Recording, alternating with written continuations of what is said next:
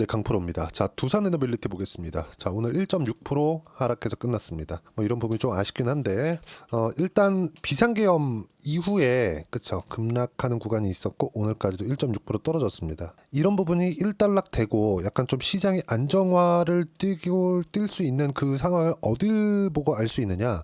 시장보다 환율입니다. 환율이 높아지면 높아질수록 외국인 투자자들의 이탈이 가속화되고 있는 거예요. 그러면 이런 부분들이 두산에너빌리티를 콕 찍어서 뭐 매도하고 그런 게 아니라 한국 시장을 팔고 나갑니다. 왜? 불안한 움직임이 계속되고 무엇보다 오너 일가의 그쵸? 즉 대주주들이 주가가 올라가는 걸 반기지 않기 때문에 그렇습니다. 그리고 자꾸 종이 장사를 해서 빼먹으려 그러죠. 그리고 이번에 두산에너빌리티 같은 경우에도 어떤 일이 나왔습니까? 뭐 다들 알잖아요. 사실상 이렇게까지 하락할 부분이 아니거든요.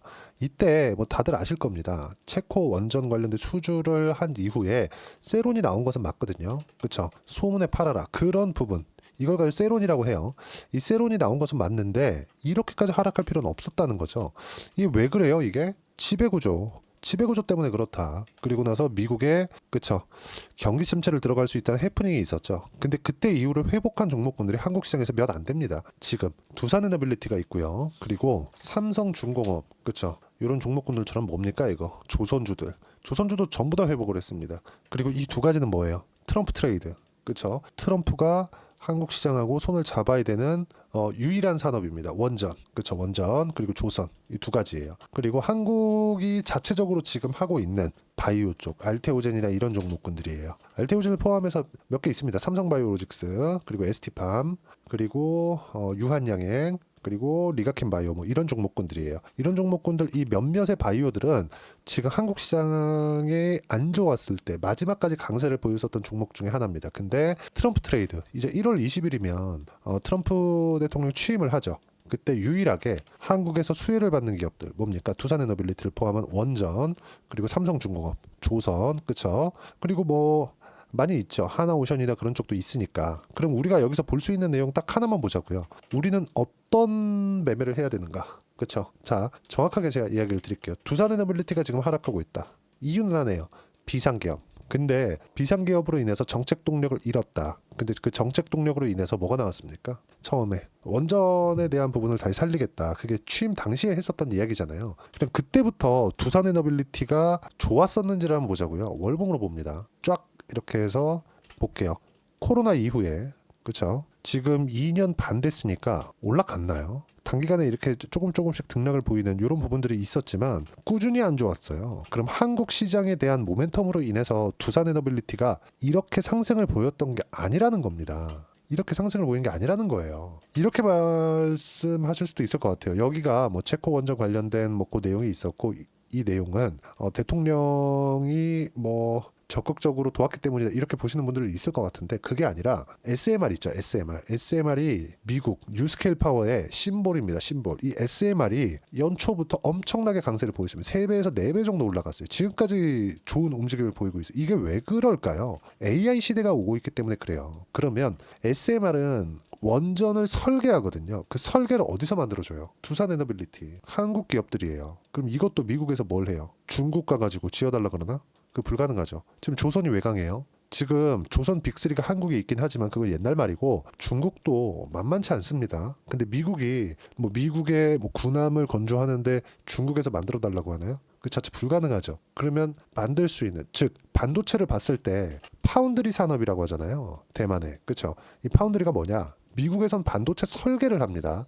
이 설계도를 대만의 TSMC에 보내요. 그럼 TSMC에서는 뭐예요? 이 설계도에 맞춰서 만들어줍니다. 근데 이게 미세화 공정으로 가다 보니까 뭐가 돼요? 파운드리에 대한 기술력도 엄청나게 뛰어나죠. 이게 지금 삼성전자가 완전히 밀린 거 아닙니까? TSMC가 다 잡았고. 그러니까 지금 이 설계하는 쪽하고 생산하는 쪽하고 구분을 지어서 봐야 된다. 근데 원전도 이런 식의 움직임이 나오고 있다.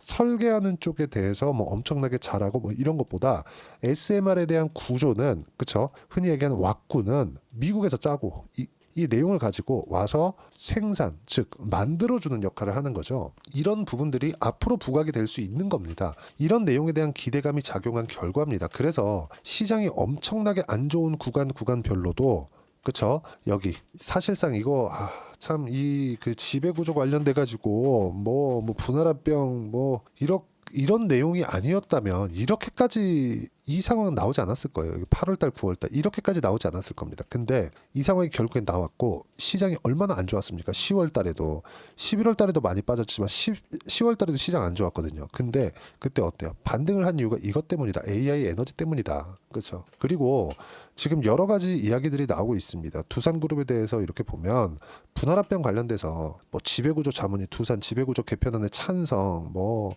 밑에 쭉 내려보면 뭐 박상현 두산에너빌 이 박씨 이 새끼들 두산에너빌 대표 밥캣 분할합병으로 본연의 사업 집중한다. 뭔 개소리예요 이게. 아니 보세요. 두산에너빌 사업 개편 주주 지지 호소. 아니 제가 그냥 딱 잘라서 말씀드릴게요. 밥캣은 두산에너빌리티에 붙어 있다고 하더라도 두산에너빌리티가 주가가 올라가는데 큰 역할을 하지 못할 겁니다. 왜 그러냐면 주식 시장에서 주가가 올라가는 건 성장을 담보해서 올라가는 거예요. 너네가 돈을 지금 얼마를 벌고 있구나. 근데 지금 주가 얼마네? 이렇게 해서 저평가를 따지는 게 아니라 앞으로 1년 뒤, 2년 뒤, 3년 뒤에 너네가 돈을 10을 벌 수 있네.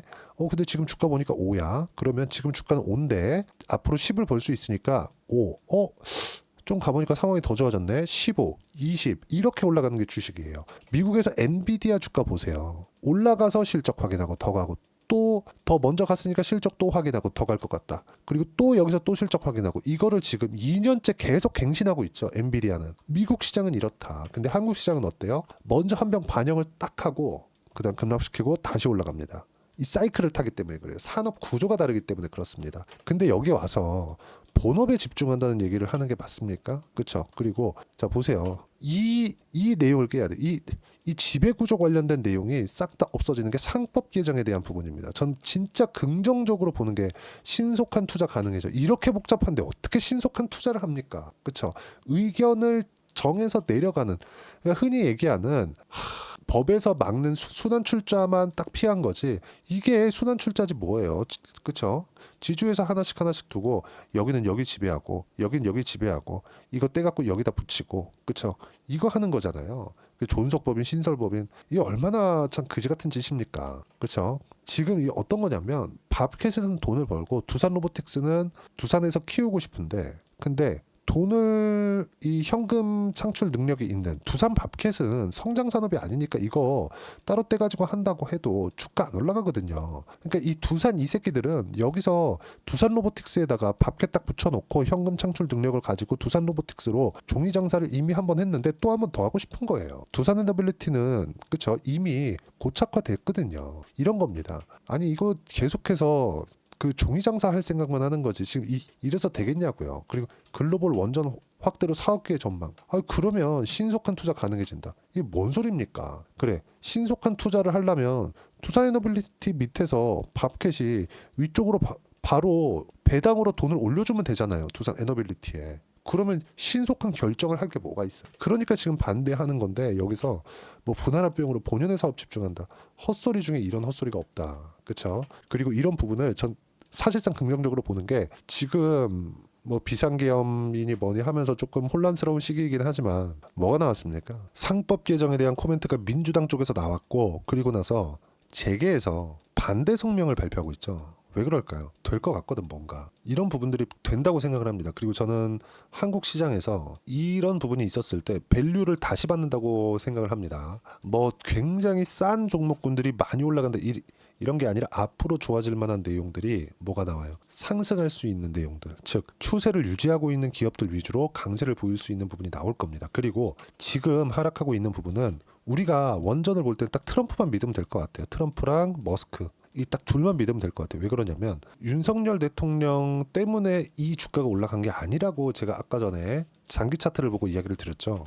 이건 단순히 AI 에너지에 대한 기대감입니다. 그리고 SMR의 상승세만 보고 그리고 이걸 이끌고 가는 앞으로 이끌고 가는 트럼프 그리고 머스크만 딱 보면 될 것 같아요. 일론하고 이렇게 딱 둘만 보면 될 것 같습니다. 이것에 대한 기대감 충분히 우리는 가져야 된다고 생각을 하고 무엇보다 트럼프는 화석연료를 계속해서 써야 된다고 이야기를 하고 있지만 그럼 이것도 어느 정도 수혜를 받을 수 있고 일론은 친환경 수혜 그 친환경 사업을 계속해서 하고 있죠. 그렇죠. 그리고 원전에 대한 그 지지 표명을 계속 해왔습니다. 이런 부분들이 앞으로 작용이 될 겁니다. 그러니까 지금 나오는 비상계엄 이후에 뭐 정책 동력을 잃었다 이러므로 인해서 나오는 이 하락은 매수 기회가 될 수 있지만 우리가 확인하고 매수를 하자. 그리고 매수하는 그 실시간 타점을 제가 여기 소통방에서 무료로 공유를 합니다. 오늘 같은 경우에도 제가 뭐 비상계엄 이후에 조금 아슬아슬하다는 시황 내용을 전달해 드렸어요. 이 구간에서 뭐 바로 매수를 해야 되는 이런 이야기는 아닙니다. 제가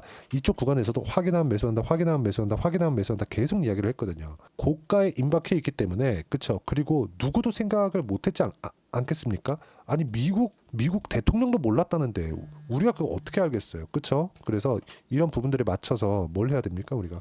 확인하고 매수하는 구간은 반드시 만들어야 되고 이런 부분을 소통방에서 하나하나 이야기를 드리고 있습니다. 쭉 보시면 오늘 같은 경우에도 그래요. 환율이 안정이 돼야 된다는 부분들 제가 먼저 이야기를 드렸죠. 그리고 비상계엄 영향으로 시장이 안정되는 데까지 1, 2주 늦춰지지 않을까 이렇게 판단을 하고요.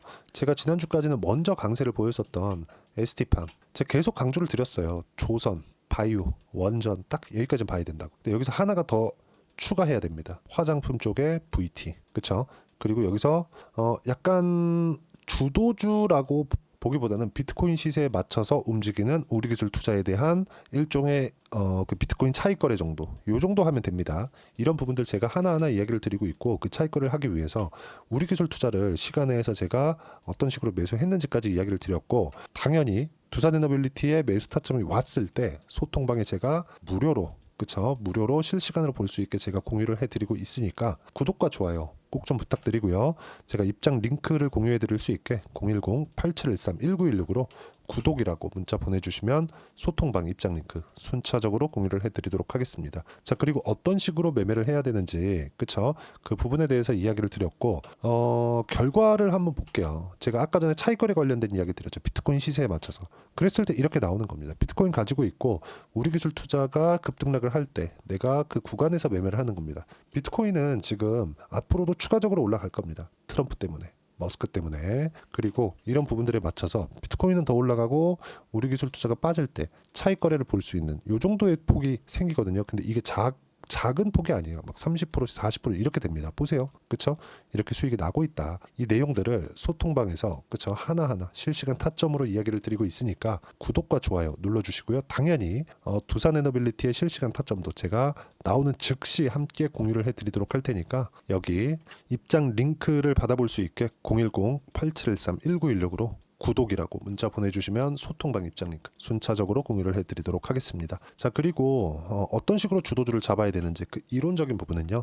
두산에너빌리티의 단기 보유 전략 단기는 2주입니다. 2주 동안 내가 어떻게 수익 전환 시켜야 되는가 이 내용이고요. 그러려면 즉 주도주를 잡기 위해선 가격에 대한 이해 필요하겠죠. 이 두 가지 내용을 함께 준비를 해놨고 이거 무료로 진행하고 있으니까 구독과 좋아요 꼭 좀 부탁드리고 010-8713-1916으로 두산에너빌리티라고 문자 보내주시면 단기 가격 전략 함께 공유해드리도록 하겠습니다. 참 비상계엄이라는 초유의 사태가 터졌는데 두산에너빌리티가 상승하는 이유는 윤석열 대통령 때문이 아닙니다. 단순히 한국 시장이 이런 내용에 좀 민감해서 나오는 변동성이니까 어떻게 잡아야 되는지 그 부분에 대해서 이야기를 드린 거고 실시간 내용이 필요하니까 소통방에 와서 보시면 됩니다. 자 그리고 어려운 시기가 거의 다 지나가고 있다고 저는 생각을 합니다. 연말이나 연초가 됐을 때. 근데 많이 빠진 종목에서 시세가 나오진 않을 거예요. 근데 그런 종목을 어떤 이 종목을 잡아야 되는지 그리고 시장이 회복하는 과정에서 종목을 뭐를 잡는지에 따라서 상황이 완전히 바뀔 거기 때문에 제가 연말이나 연초에 무슨 종목을 잡는지 딱 한 종목만 준비를 해놨으니까 영상 끝까지 시청하시고요.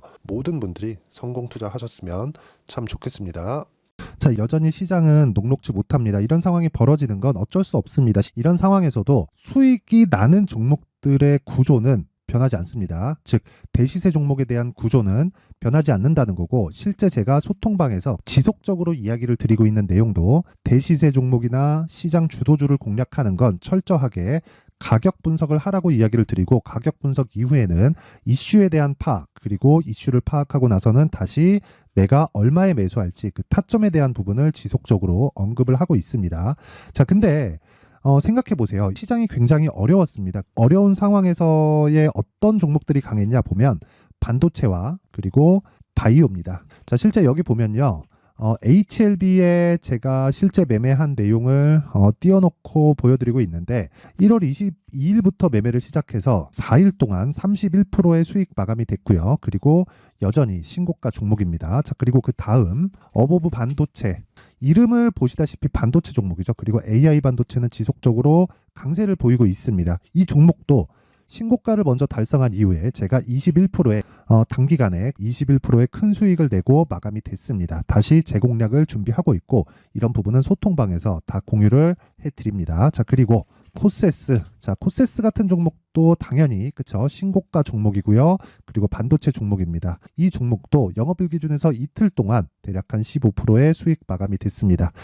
내용을 한번 보시면 어떻습니까? HLB를 포함해서 뭐 30%, 20%, 뭐 15% 이런 식의 수익이 지속적으로 발생하고 있는데 이 세 종목 모두 다 신고가 종목이고 1월 달에 시장이 약세를 보이고 있는 구간에서도 강했었던 그런 종목입니다. 특징점이 하나 있는데 그 이슈에 앞서서 가격이 먼저 반영했다는 거죠. 그렇게 제가 가격을 먼저 보고 이슈에 대해서 파악하는 이유는 결과적으로는 큰 시세를 먹기 위한 사전 준비 작업입니다. 실제로 큰 시세를 먹기 위해서 사전 준비 작업을 했을 때 여기 레인보우 로보틱스 127% 그리고 ISC 98% 그리고 한미반도체 97%의 큰 수익을 내는 상황을 만들 수 있습니다. 어떤 식으로 소통방에서 진행됐는지 그쵸, 그 상황을 제가 이야기를 드린 건데 이런 상황도요 당연히 신고가를 공략했을 때 가능한 겁니다. 자, 그러면 이번에도 마찬가지입니다. 그쵸, 정부 주도의 코리아 디스카운트 해소 방안이 2월 달에 발표를 하고요. 그리고 2월 달에 발표된 내용을 토대로 주가가 움직이는 게 아니라